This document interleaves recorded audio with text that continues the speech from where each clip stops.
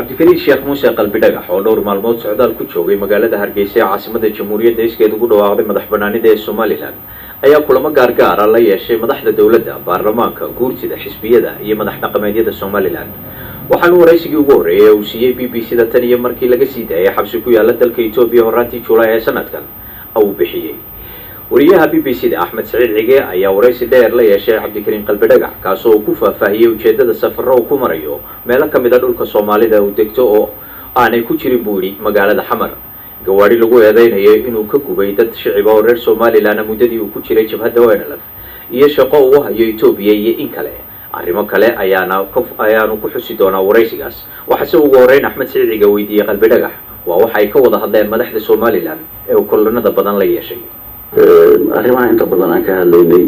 way isu dhawaayeen. waxaan ka hadlaynay arrimaha runtii Soomaalida oo dad walaalaha ahaa aniga xilliga qabashadaydii iyo qadiyadii ka dhalatayna aad iyo aad Soomaalida meel joogtay ay uga dhiididay damiir iyo dadnimada ay mideeyeen ficilkoodana ay ku muujiyeen. marka ugu horreysay inaan uga mahadceliyo takaleeto arrimaha muhiimka ka hadlayna waxay ahayd dadka Soomaaliyeed oo muddo 30 sano ku dhow dagaal iyo dhibaato iyo burbur haystay inaan qayb ka noqono dib u heshiisiintiisa iyo walaalayntiisa iyo isu furidii dadka ehelka ah iyo qaraabadii. arrimahaas si fiican baan uga hadalay aad iyo aadna way isu dhaweeyeen door muuqdan oo inay ka qaadan doonaan way noo sheegeen. marka safarkaagu Hargeysa xagga uga dhaqaaqaysa markaasi wadii la kaftamay ilaa beled weyne ilaa Giddi ilaa iyo Kismaayo raacay. اليوم ما سنت سفر كيو بوساس أنا هريننا كدي وحن جينا سفر بوكا بوساس وحن سكوار كنا هذا ديار نوام مرحبا نو إن متى سامع ودشيء متى سايال كلا قبتك على كعيه سفر كيو كحيل مثل ما وحن نقول دونا دي هي إن قرب دبول نقول دونا إلا يوم أرتك على كعيه على دوسم ريب وصور قال إنه سفر قبول كان نقوله مركب من ده الكاسان سيشوا بدونا دي اللي ودشينا مقالة ما تحدي ما حبينا كنا هذا إن نقولش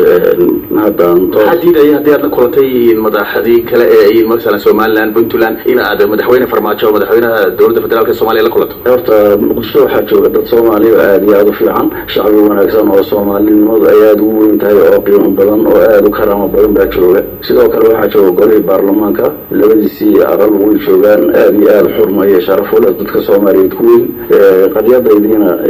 قضية الصوماليين فهمتي الجريمة اللي قال يصير عن دفاعي أنتوا مديرين أنا صوصل عنه إن شاء الله حلك وحبهم بنا صوصل عنهم لكن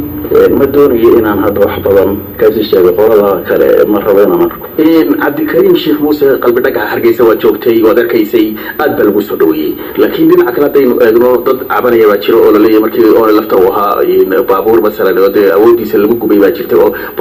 ay ka hadleen oo kale dhowr nin inkastoo la dhawaaba la xiro dawladda xidhay arinta balka war maxaad kale niyo arintan horta xilli horan waan maqli jiray inkastoo goorjoog ka hayna arintaas amarna aan ka bixinaysaa amar looga bixin karo iyo qorshe urur qaatan ma ahayn waxay ahayd dhacdo oo ka dhinaca labada dhinac mashquulada ka dhashay dadka shacbiga ay deegaanka way fulin karaan hawshan ururka laftigiisa kulli wax badan oo dhibaatooyin way dhacayeen waa laga yaabaa inuu mararka qaarkood soo dhaxgalayay laakiin qorshe urur ma ahayn qorshe istiraatiijiyad urur noqon karta ma ahayn hadii ay OLF dadka Somaliland colaad u qabto baabuurka dadka saaran ayay qaban lahayd xili lahayd حكومة هاي بلوسان وحيل هاي لكن ما هي حالات قرشيسان ما نقول كرهنتي ومرادين الوحيارة لو حلالي أديكو الأرنتان فقط يروح أدكو شغله متشتو أنا مسؤول كلامنا أمرنا كمان بحال القرآن يترجع لنا منا ما هي لكن وين هاي الخلطات يبع هاي دينا عكال وحيارة كيمن هاي كنت دتكو كذا شباب هي عدو وقوي وحيارة ساسوي جلين لكن متشلون واحد أنا كان أمر كمان بحال madaxda kale oo ku amarka ma bixinin tara iyo go'aan ma ahayn xataa ma xusuusin hada qof hebel yiraahdo mas'uul sara oo arintaas xogogaal xataa ka waajibaadkeedii hore laakiin dhacdooyinkan way dhici jireen waxa kale oo jiray dad badan oo iyaga laftooda hubaysan oo Itoobiyaanku ay hubayeen oo runtii akhlaaq xun oo Maleesiyaan iyo dabaqoodi iyo waxyaabo miyu booliis iyo mushkulada badan baa jiray oo isdhex socdo oo mid walba dhibkiisa watay marka annagaas doorka aan ku lahayn aad bay u yartahay laakiin hawlahan marmar way dhici jireen laakiin maaha qorshe oo wana runtii ma uusan qorshahaas muxuu yahay hankaaga siyaasadeed dadka qaar baa leh cabdikariim sheekh muuse qalbi dhagax waxa uu noqon doonaa madaxweynaha dowlad deegaanka Soomaalida ayuu noqon doonaa dowladda Ethiopia mise halkii baad oona la faad ka wadaan oo doonaysan in markaa gobolkaasi uu xornimo goonista ka qaato Ethiopia barnaamijkii hore aan ku soo jiray in la xaqiijiyo xorriyadda shacbiga iyo Soomaalida in la xaqiijiyo asal halkiisii uga taagan yahay waa in dadkaas ay ka tashadaan waa in wax la yiraahdo gumaysi iyo cadaadis oo ummadayada ka dhamaado haddana arrintaas meel fiican bay maraysaa waxaan isleeyahay xal waa la gaari doonaa insha Allah ta'ala taas waan sii wadi doonaa waxa iska markay bedelayaan dadka igu soo biirtay waxa weeye bacdama aan noqday qof Soomaali oo dhan u hiilisay Soomaali oo dhan ay baratay inaan qayb ka noqdo xal u helidda xaaladaha qalafsan iyo mushkiladaha Soomaaliya oo qayb ka noqdo dib u heshiisiinta iyo isu keenidda walaalaha Soomaaliyeed shantaba inaan ka howlgalno waan doonayaa insha Allah in ka waran xiriirka adiga iyo Ethiopia idin dhaxeeya masalan imaka أنا حبسي أنا كل شيء واحد يسود رئيس الوزراء إثيوبيا أبي أحمد سفي عنا يقابل حفيز سوية الآد برونتي شرفي سي خلاق بلان بيران دقمي إلا هذا وانو مهد وانو مهد هرنا ياسي برونتي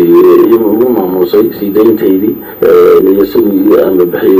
يسو مركا أنا بحي يقرشياش أنا كسو بحي يسوي برونتي وأباولي يخصو أمر فلوك بحي آد بوفي عنايا إلا هذا وحنا مسانا هاي هاوشي وسمي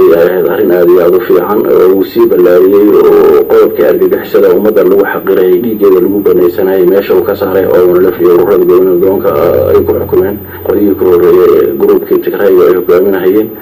hawlo badan oo kala waqaaday maxaabiis badan buu sii daayay ama aan kuwa qayb ka ahaa ilaa hadda waxaan isleeyahay marka hawlaha ay qabtaan waa hawlo aad iyo aad u wanaagsan oo positive ah waan sii socon doonaa miyay jirtaa inaad hawlo ka hayso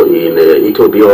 passport diplomatic ku sii ما يعني أنا يدوم حياة إثيوبيا ما قابلني وحاول أنا كما هي إثيوبيا وحن كسب بحي جولاي نشان تهدي وحن كسب بحي وحن ترانسكو سومري رباط نشان لواتنكي بيشان هذا يكون جنا سجارات بان ترانسكو سومري سدح ساعات بان رباط كتشوبي وحضر كما قبل لكن وحشرها أنا كما هي